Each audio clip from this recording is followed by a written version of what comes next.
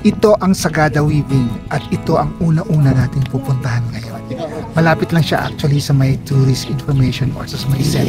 It's a walking distance. Okay, nandito tayo sa may weaving house. No? Actually, ito daw lugar is yung patahian. Yung pagawaan ng tela, doon pa yung sa likod. So, aside from dito, yung weaving na yun, is dito rin nabibili yung mga souvenir items. Let's go, pasukin na natin.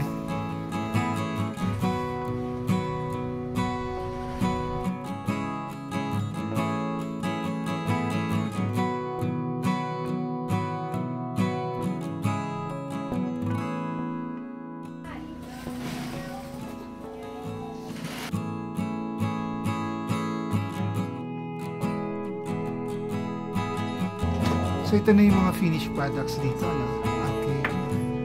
So yung weaving area sa likod. Sa baba.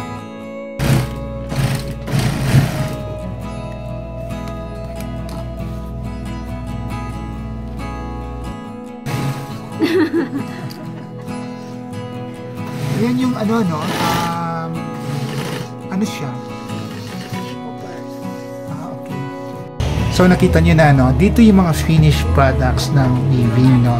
So iba't ibang finished products from bags, from shirts, yung scarf, purse. So maraming klase.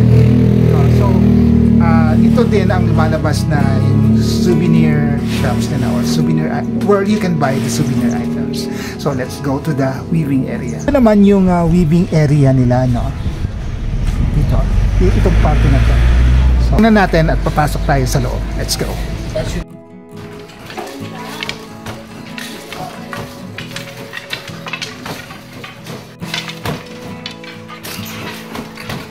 Ito talaga yung gawaan ng weaving, kung paano wini-weave yung materials. Ito yung pinaka-factory nila bago siya maging isang finished product.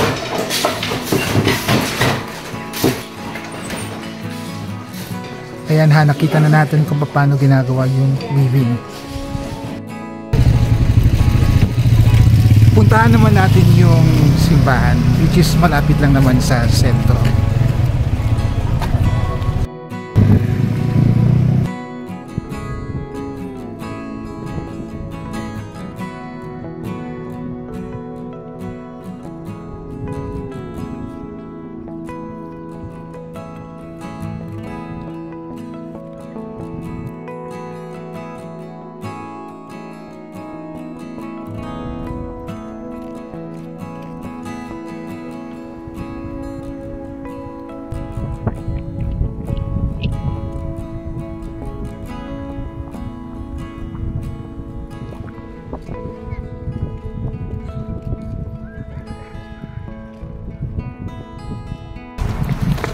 Magkakad-lakad tayo dito sa may bandang simbahan.